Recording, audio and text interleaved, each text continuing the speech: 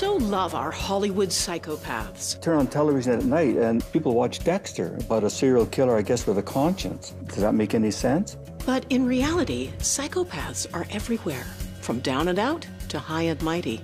The individuals who were psychopaths had very good careers. Therapy is no sure thing. My therapy was actually making him more violent. So how do we cope with them? If someone seems like they're really coming on strong, promise the world with no hesitation, that's probably someone to be careful of. Run as far away from this type of person as possible. I'm Anne-Marie McDonald. DocZone turns a wary eye on the psychopath next door. Psychopath. It wouldn't be wrong if you conjured images of predatory killers, axe-wielding maniacs, or the infamous Hannibal Lecter upon hearing the word. I'll help you catch him, Clary. The psychopath holds a special place in our society because of our fascination with the dark side of humanity. But most psychopaths don't fit the stereotype. You're going to run into one of these individuals sometime in your life, more than once, and the encounter could either be exhilarating, thrilling, exciting, or devastating. More likely the latter. Psychopaths are not disordered. They don't suffer from a deficit, but they're simply different. Dr. Robert Hare is known as the godfather of psychopathy. A forensic psychologist at the University of British Columbia, he developed the psychopathy checklist used by law enforcement agencies and courts all over the world to identify those clusters of traits that only show up in psychopaths. His groundbreaking book, Without Conscience, pinpoints the hallmark of any psychopath: a total disregard of right and wrong. Most of the psychopaths are living right next to us and living a reasonably normal life, but creating some sort of distress, psychological or environmental or financial, for others around them. And psychopaths have always been with us, as far back as the written record. Nor do psychopaths discriminate when it comes to race or culture. Inuit lore described them this way. They refer to them as people whose mind knows what to do, but they don't do it. The ones who stayed behind when all the others went out hunting, and they come back a couple of months later and all the women are pregnant, and say, what's going on here? But they had ways of dealing with these individuals. They didn't try to treat them or talk to them. They would get rid of them. Thank you very much, Bob. Thank you, Bob. The study of psychopathic behavior is relatively new.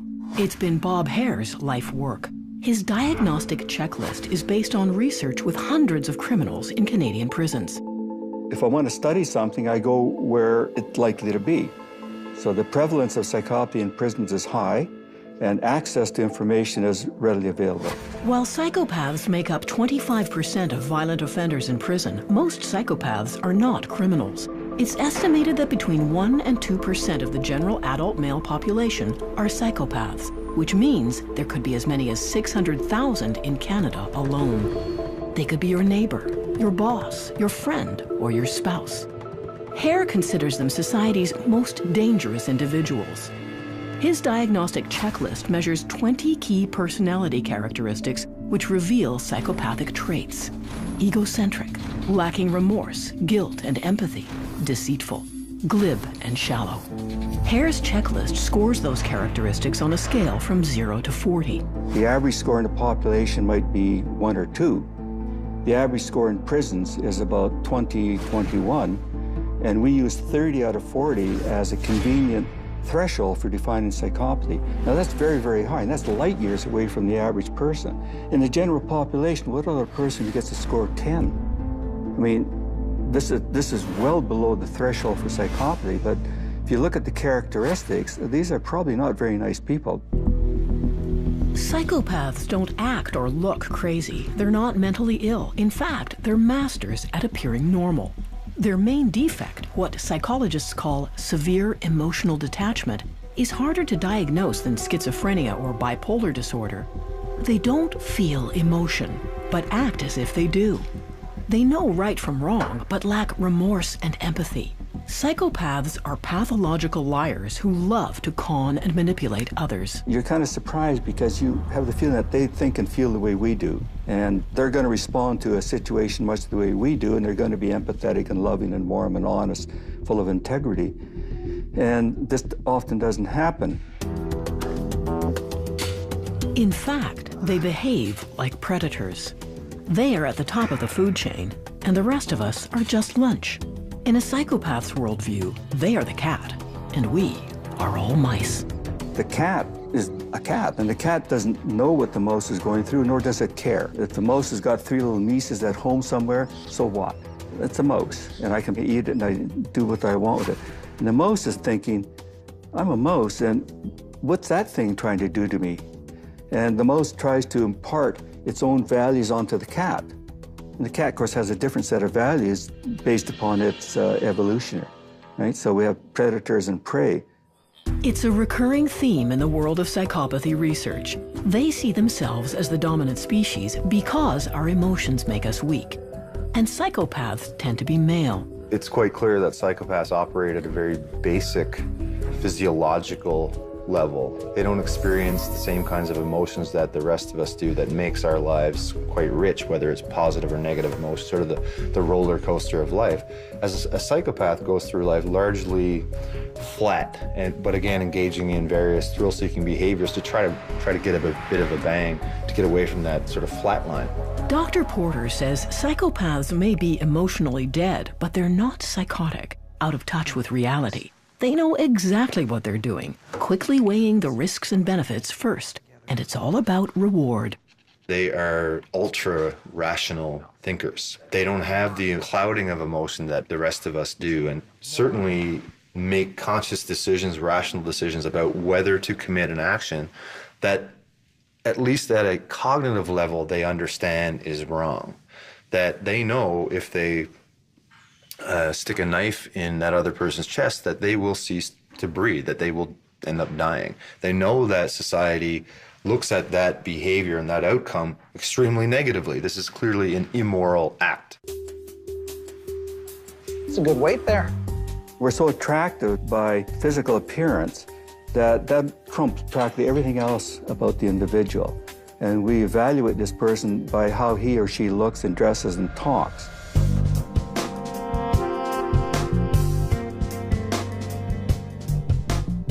They're going to go into something where they can take advantage of their talents, where there's power, prestige, control, sex, money. That's where they're going to go. They're not stupid. They go to the watering hole rather than somewhere out in the desert where there's no prey. They go where the prey are. And psychopaths are everywhere. Wolves in sheep's clothing blending in with the rest of us. Modern business is a perfect environment for them because it enables them to achieve the desires that they want in terms of money, in terms of controlling other people, in terms of gaining power and prestige, of course. British professor and author Clive Boddy believes psychopathic behavior was largely responsible for the global financial crisis. In England alone, the financial services sector accounts for 1/3 of the GDP, making the fallout even more damaging. Boddy says investment deals were so complex, even the brokers didn't understand them. You ask yourself what kind of people would sell a product that they don't understand and can't properly price. You'd have to be without conscience, wouldn't you, to sell that kind of thing? Psychopaths are risk takers, ruthless in their single-minded focus, skills that corporations often value, skills that ensure a quick climb up the corporate ladder. And he ends up being a very successful businessman. So rather than go out and rob the bank, he becomes a director of the bank. So depending upon the environment you're brought up in, how intelligent you are, how good-looking you are, if you learn to dress and speak properly, and you're attractive, you're devastating. And if you're psychopathic, deadly. And Clive Boddy saw it all coming. A few years before the financial collapse, he began hearing that some bank executives went so far as to use Bob Hare's psychopath checklist to recruit employees. Presumably that was because they thought those new employees would be cutthroat and ruthless towards their competitors. The danger, of course, is that they're cutthroat and ruthless towards the bank that employs them as well. It's like saying criminals are good at guarding Fort Knox, guarding the gold, guarding the crown jewels. The outcome would be inevitable. That the gold would go missing, the jewels would be stolen. Take Bernie Madoff, the former chairman of NASDAQ, who orchestrated a $50 billion Ponzi scheme. Madoff happened to get caught, if only as a result of the financial crisis. But people like him remain in positions of power, respected for their financial acumen. The first people the governments in the West turned to help them get out of the global financial crisis were the very people who had caused the global financial crisis in the first place. If some of those people were people that have no conscience, as psychopaths are, then the advice that they give will not necessarily be in the best interests of either the companies they work for or the societies in which they live. But Body's current research on corporate psychopaths suggests senior levels of the British government feel the financial services sector is simply too big to fail. Better to tolerate the corruption than destabilize the banking system. I would argue that that would be an incorrect conclusion to come to, because if the system has been corrupted by the presence of corporate psychopaths, then the best thing to do is to get those people out of there rather than hope that the problem will go away on its own, because it won't. Business ethics, corporate responsibility, best practices. Buzzwords companies like to promote as part of their brand. But in the winner-take-all stakes of business, psychopathic values are winning out in the office. And those highly touted ethics quickly take a back seat.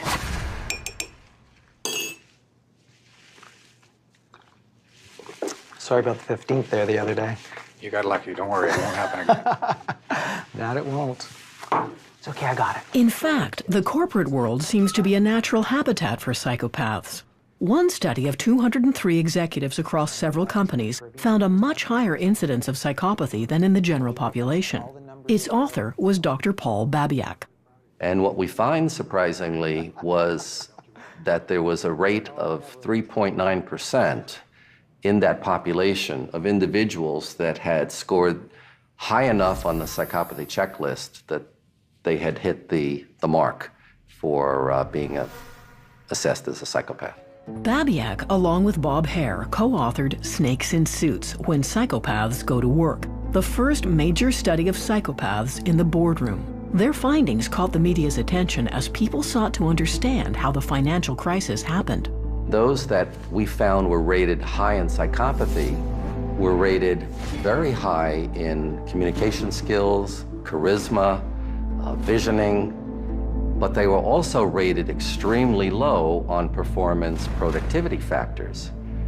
Despite that, despite having that evidence showing that these were not good performers, the individuals who were psychopaths had very good careers, and there was no threat of them losing their jobs. In fact, that they were still on succession plans to move up. Look, this is one hell of a deal. You know, you're not going to get another deal like this. You're not going to get another chance. This is it. Babiak describes the psychopath as the smooth, confident, fast-talking rising star in the office. He knows what to say and who to say it to. It's easy for the psychopath to sing the right tune and hit all the right notes. Psychopaths are what I would call parasitic predators. They find a target, a victim organization. They latch onto it and they suck everything out of it that they can. Now, I'm swamped with meetings all day. Everyone has seen this guy. He's the one who takes credit for your idea, is never around when there's a deadline, makes an excuse for not being there, or blames everyone else when there's a failure. It's always about him. They serve only one master, themselves. They'll take credit for as much as they can, sometimes even claiming that they're giving advice to the vice president or the CEO, which is not true, but they want to get credit for it.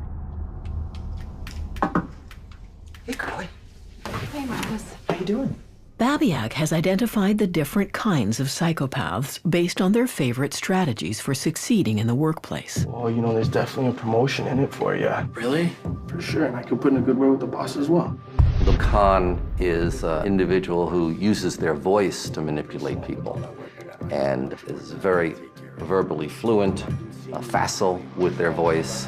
They're quite manipulative, and they're good readers of people, so they tell a good story. They're often entertaining. They mix a lot of falsehood with truth, but you can't tell where one stops and the other begins. And so they get people to do things for them by conning them. Look, you're making me look bad, and if you can't get the job done, I'll find someone else who will. The bully is perhaps more crass. It's an individual who might start out using the conning techniques and manipulative techniques, But when they don't get their way, they tend to escalate a little and start using dominance and force to get what they want. Oh, hey, it's the truth. I mean, it's good that there's people like you around here, not like certain people. And the puppet master is really the master of them all. That's an individual who has the wide repertoire of psychopathic traits. But what makes them so interesting is they get other people to do their dirty work. So the puppet master pulls the strings on a small group of individuals who are loyal to him or her. Well, I do give talks to business groups, and occasionally an individual during a break will come up and say, you know, that I'd like to hire people with some of these traits. Such corporate predators are often referred to as successful psychopaths. And I'd say successful in what respect? They've screwed a lot of people. They've ruined tens of thousands of lives, right? They make decisions that impact upon a whole society. And they do this without any particular concern, remorse, no empathy for the population. Impressive. And they do it without any risk to themselves. It was very much a heads we win, tails you lose type of argument, because no matter what they do, at the end of the day, they're not playing with their own money. They're not betting their own money, and they're not betting their own bonuses or resources or careers even. Coming up, psychopathic behavior doesn't end with the workday. Those traits go home, from the boardroom to the bedroom. In normal relationships, sex is bonding. I mean, that's how we're wired. We connect to, you know, our sexual partner. Except that experience is not happening on the other end with him. You look fantastic. Thank you, so do you. Oh, thank you. The psychopath knows how to project an aura of power, status, and excitement. He's driven to get whatever he sets his sights on, and when the object of his desire is a woman, he is a master of seduction. These men are anything but boring, and the women find that extremely attractive. His power, his dominance, his success in life. The beginning of the relationship, very whirlwind, very love bombing, lots of gifts, money, trips, attention, sex, whatever. And so the intensity of that is like no other. Sandra Brown has studied how psychopaths lure their victims. A counselor and author of the book Women Who Love Psychopaths, she's seen the pattern time and time again. It starts with targeting the right woman. As one psychopath admitted, he said, I throw a hook out for empathy. And depending on how they respond to that is whether I will pursue it. There's no use going there if she doesn't take the bait. And so that's how they'll test the waters. I really want you to come next weekend to my dad's 60th. While psychopaths themselves have no empathy, they're masterful playing the sympathy card whenever it's needed. I was abused as a child. You're the only one that I could have told this to. I've never felt this way before. You're the only one that's keeping me off drugs and alcohol. You're the strength that I need in order to climb the career ladder at my job. They just find what works in terms of tapping into the empathy within the women. Another powerful tool in the psychopath arsenal is sex. Some theorize they have such a high sex drive because it's a physiological act that allows the psychopath to feel something.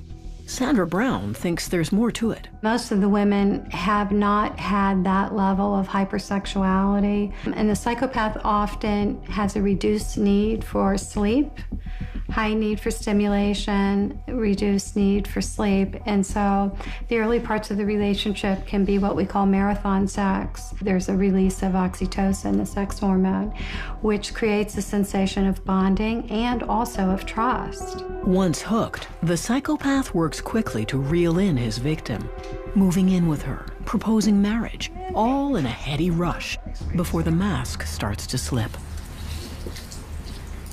That's just what happened to a woman we'll call Elaine, after a whirlwind romance with a man she thought was her soulmate. Out of concern for her safety and her children, we have concealed her identity. It was like being hypnotized.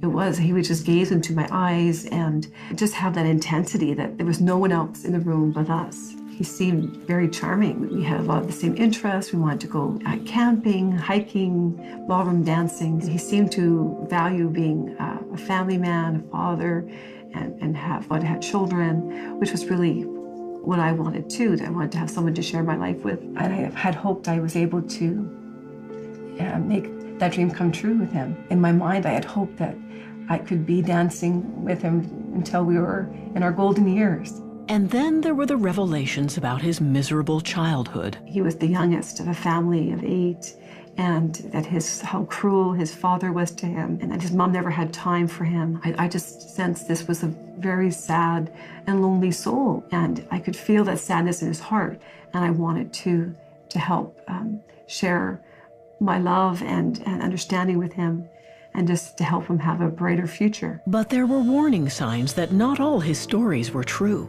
She discovered he wasn't single after all, but he assured her a divorce was imminent. Despite some nagging doubts, Elaine agreed to marry him. That's when everything changed. I didn't matter to him in the same way now that he, in a sense, had me, now that we were married. It's just like the thrill was off. He was the hunter and he had caught the prey, and he would get angry at the slightest thing. And we ended up, all of us in the house, we felt we were walking on eggshells around him. For instance, if someone just spilled some juice, he would hit the ceiling. Her new husband became cold and distant, spending hours on the computer. And one day, she found out why. He sort of laughed it off and said, "Oh, I'm just seeing what's out there." He could look you in the eye and lie, and yet, it just didn't even blink. He didn't faze him one bit. He was just a master at twisting the facts, twisting information. Soon after, she says, he began hurting their children. He tripped our little boy, and then he smirked. Those types of when he was just learning to walk, I think that he really enjoyed that. But I remember I would look and then just be shocked by that brief moment where the mask dropped. Who am I with? Who is this person? And it does feel like he's a total stranger. It made me feel like I was going crazy. As his angry outbursts escalated, so did her fear. On one occasion, the brakes on Elaine's car failed. I guess something could happen to your brakes, but at the same time, was he trying to hurt me? Was he hoping that I would get into an accident? Desperate for help, she went to see a counselor. His words were chilling. Your husband is a psychopath, and that his behavior, that he will always behave that way. They can't change. This is hardwired in them. And that's what's so hard to understand. It's like if someone has a disease or an illness, that will be with them. Elaine filed for divorce, ending her 2.5-year marriage. They hurt their partners financially, physically, emotionally, sexually, spiritually. And to me, that's the worst on your very soul. That it is so devastating. Marriage to a psychopath can be a nightmare. But what happens when the psychopath is your own child? Experts now believe it's possible to identify psychopathic tendencies in children as young as 3. Callous, unemotional traits and lack of guilt about wrongdoing are the hallmarks. Red flags Doug Kirk and his wife tried to ignore in their son.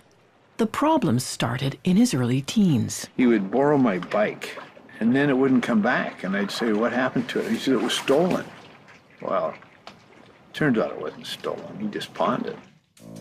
The pattern repeated itself. Tools would go missing.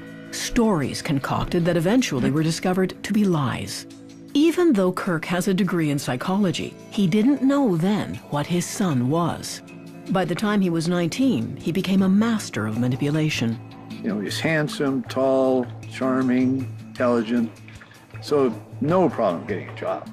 But he wouldn't last more than a few weeks because he'd start stealing from people or lying to them, and they'd fire him. You have kids, you love them, you want them to be successful.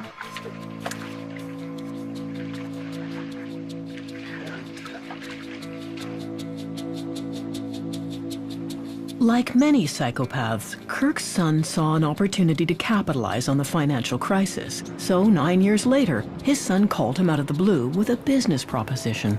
There were hundreds of boats being repossessed down in the States. You know, the economy was just in terrible shape. But if you bought them right, you could still sell them up here. So he suggested, you know, if I had a few boats over the wintertime that I could work on and get cleaned up and deal with whatever mechanical issues with, then I'd have inventory to sell in the spring. And I think I could do pretty well at it. And I bet. In the end, his own son took him for $300,000. Kirk is convinced there is nothing anyone can do to change or treat a psychopath. It's taken him a lifetime to understand that. And I still love him. He's my son. But you have to be realistic and you have to face facts. And you don't have to be duped time after time after time like I was.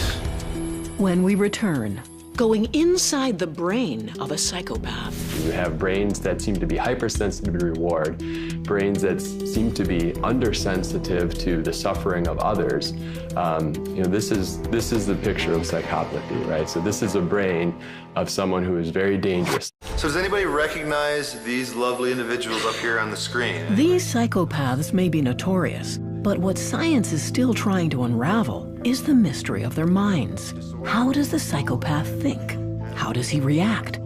That's what UBC forensic psychologist Dr. Stephen Porter is trying to discover. A key experiment, how the psychopath goes about selecting his victim. It's very much like watching a lion looking for the weakest gazelle. And very much premeditated, very carefully sort of planned out antisocial behavior, and ultimately preying on the individual in whatever way they might desire. In an experiment using facial expressions, psychopaths could accurately detect fear in people from a very young age. Porter's colleague at UBC Kelowna, Dr. Michael Woodworth. We expected across the board they'd have trouble recognizing the different emotions due to their emotional deficits. We found that they did actually better at recognizing fearful faces, suggesting that even at quite an early age, they are already starting to engage in a sort of predatory-like thinking where they're able to pick out certain individuals or see cues in their environment that would suggest this might be somebody that they could have as a victim. Neuroscience also offers clues as to what might be going on in a psychopath's brain. At the University of Wisconsin, Dr. Mike Koenigs uses an MRI scanner to compare the brains of normal subjects with those of psychopaths in prison. So there's a specific circuit very deep in the brain that is responsive to essentially anything that we find innately pleasurable. So things like money, drugs, sex, chocolate. When you look at a psychopathic brain's response to reward, what we find is that the more psychopathic the individual is, the stronger that this area of the brain lights up to reward, called the amygdala, primary sort of fear center of the brain. And another circuit of the brain that we know to be responsible for empathy, for the regulation of emotion, for motivating pro-social behavior, for regulating our moral judgments, we also see some degraded connections in that circuit of the brain. There is reduced connectivity between these two areas of the brain, the amygdala and the prefrontal cortex. The primitive emotions of fear and pleasure-seeking weren't being moderated by the brain's executive power center. You have brains that seem to be hypersensitive to reward, brains that seem to be undersensitive to the suffering of others. You know, this is the picture of psychopathy, right? So this is a brain of someone who is very dangerous. So is the psychopath born bad, or does he become bad? Despite all the research, there is no widespread agreement. Some believe it's genetic, while others blame social environment. Truth is, it is a bit more complicated. The question of whether psychopaths are born and made is actually usually framed in the kind of the old-fashioned argument of nature and nurture. It's either nature or it's either nurture. Dr. Kevin Dutton is a professor of psychology at Oxford University. He says there are new dimensions to the debate. Now the buzzword is epigenetics.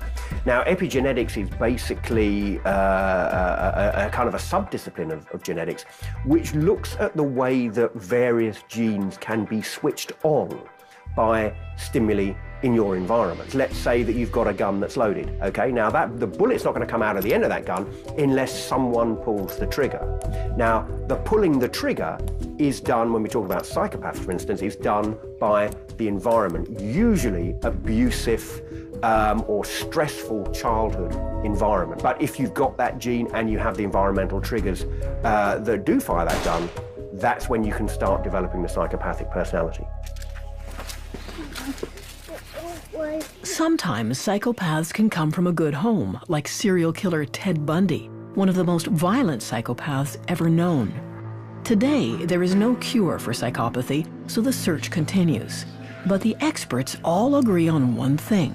The psychopath is very difficult to treat. When you go to the doctor or a psychiatrist, you're suffering pain, psychological or physical. What's the psychopath experiencing?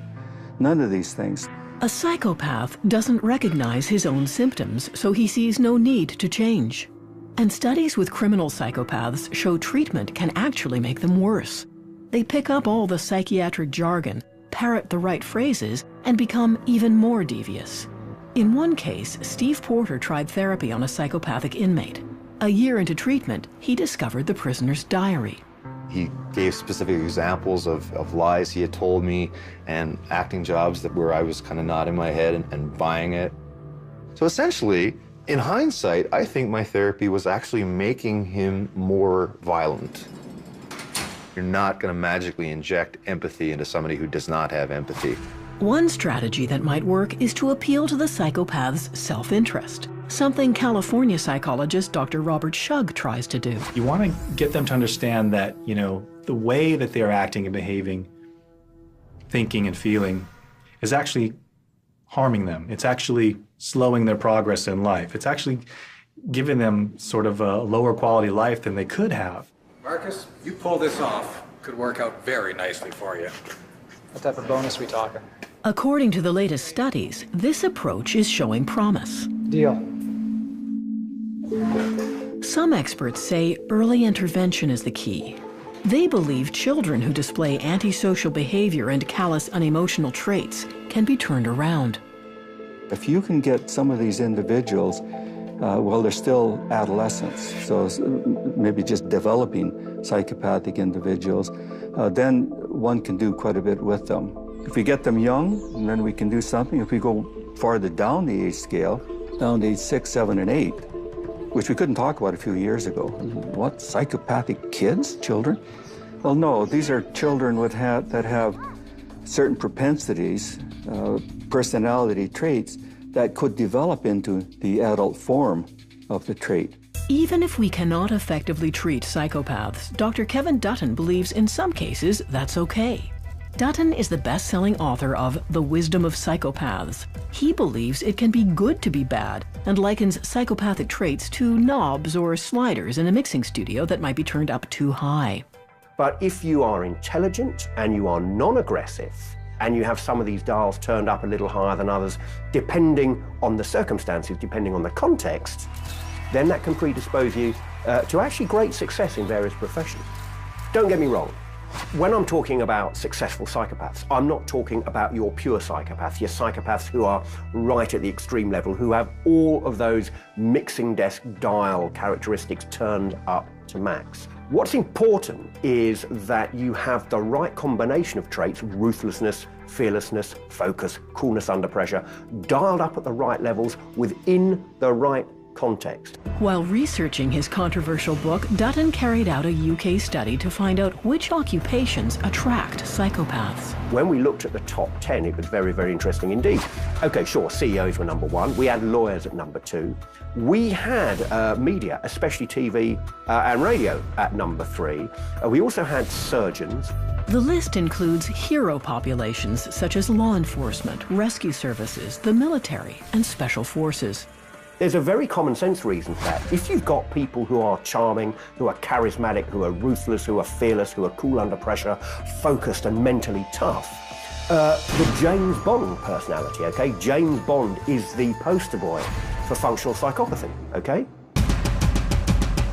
My name is Jordan Belfort. The year I turned 26, I made $49 million, which really pissed me off because it was 3 shy of $1 million a week. Our infatuation with the psychopath through flattering portrayals in the media, best-selling novels, TV dramas, and, of course, Hollywood movies, may be shaping society toward a less moral world. Was all this legal? Absolutely not. The media also has a way of, in some respects, celebrating the psychopath, right? So there are some traits associated with psychopathy that people just think are kind of neat. You turn on television at night, and all the programs are about murder and mayhem. People watch Dexter, about a serial killer, I guess, with a conscience. Does that make any sense? Over here in the UK, we've got shows like Fear Factor, X Factor, The Apprentice, Weakest Link, where the emphasis is all on cutthroat, every man for himself, loosening of inhibition, instant gratification. The psychopathic style of life is much admired by a lot of people. And this is essentially unfortunate. That is, look out for number one, get what you can, make sure you retaliate, get your shots in first, right? And don't worry too much about what your impact is upon other people. Never before have we had such exclusive... In a rather unconventional experiment, Dutton literally went inside his own brain to better understand what it might feel like to be a psychopath. Using a technique called transcognitive stimulation, Dutton mimicked how a psychopath's brain is hardwired. So, for instance, I turned down my anxiety levels a little bit and my inhibition levels, and I have to say, it did feel very different indeed. It felt like you've had maybe a bottle of wine, but without the attendant sluggishness, without the attendant tiredness. You felt very confident. Nothing really mattered too much. You felt like you could do anything. And there was a sense of bravado as well. If I could bottle it, I would. But fortunately, for those around me, it did wear off after half an hour. And Dutton agrees psychopathic traits are winning out in today's top professions, from politicians to pro athletes. If you've got a guy in a boxing ring and he's got his opponent against the ropes, he would be a complete fool not to finish him off as quickly as possible, as clinically and as effectively as possible. You want to do that in business, and all of a sudden people say, hey, you know, is that fair? Maybe that's unethical. But actually, I would say, you know, in sport, it's absolutely, it's what you're meant to do to be a great champion. You need that ruthlessness, you need that focus, you need that kind of detachment of emotion from behavior in order to be a great champion. When we come back, they are here to stay. And as we learn more about psychopaths, can we also learn how to protect ourselves? Let me ask you this then. If you could cause harm and hurt people and just not go back to prison, would you? Oh, hell yes. Yes. Yeah. I would be lying to say no. Welcome back, Aftermath Radio, where we talk about all things psychopathic. I'm very excited about our next guest. We have psychology professor Dr. Robert Shug hosts an internet radio program. He hears from victims worldwide and also from psychopaths themselves. I am a high-functioning sociopath. However, I've been at the bottom of the barrel. Prison time, lots of violence, and lots of manipulation, lots of harm to other people. Now I try my best not to do those things. Let me ask you this then. If you could cause harm and hurt people and just not go back to prison, would you? Oh, hell yes. Yes. Yeah. I would be lying to say no. So this is really based more on a practical decision to stay out of prison. In success in life. I have a big picture of things that I want out of life. What I'd like to do to some people is highly illegal.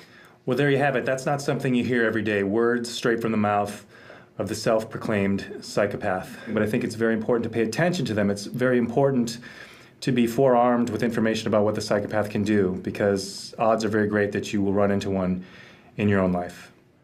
And when you do, it's crucial to recognize the red flags.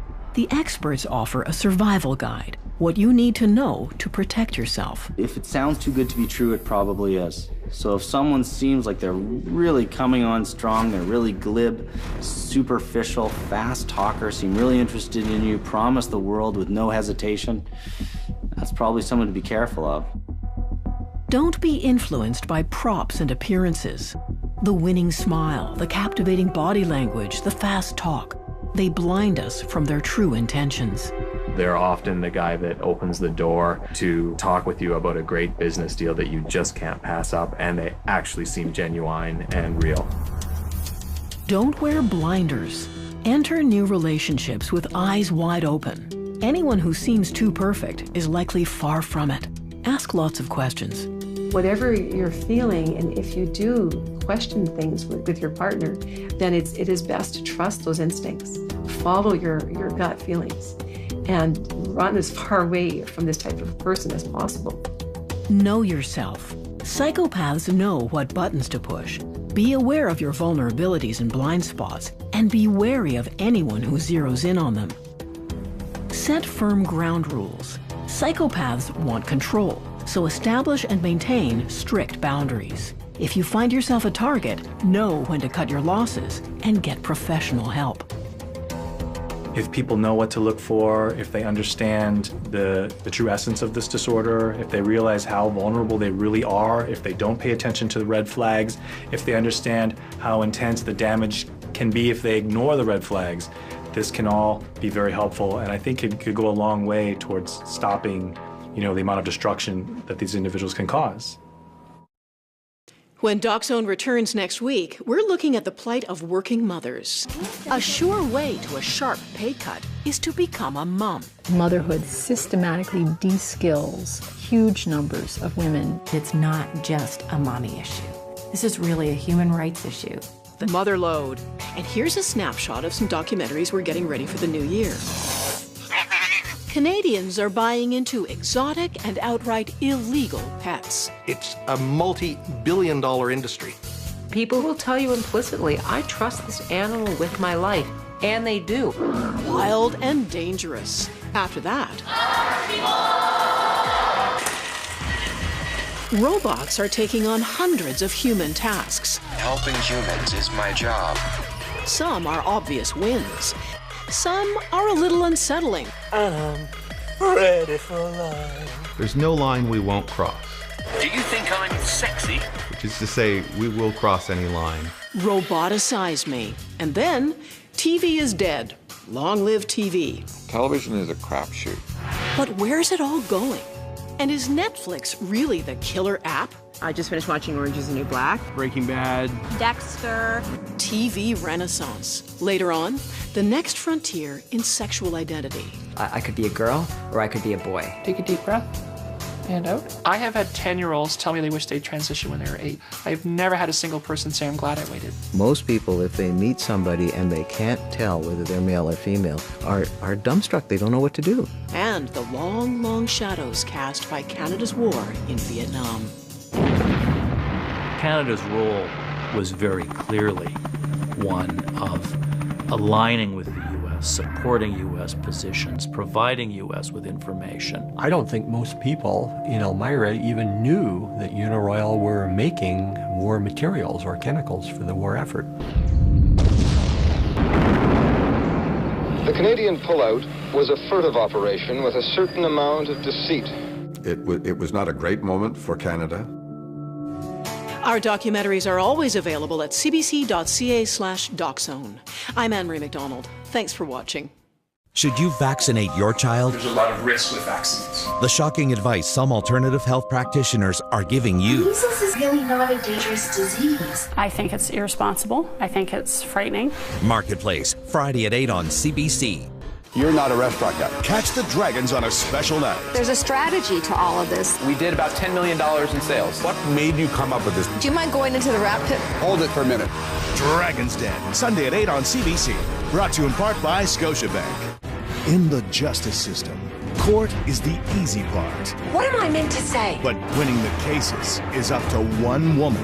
Losing is not an option, Janet. Janet King, Sunday at 9 on CBC.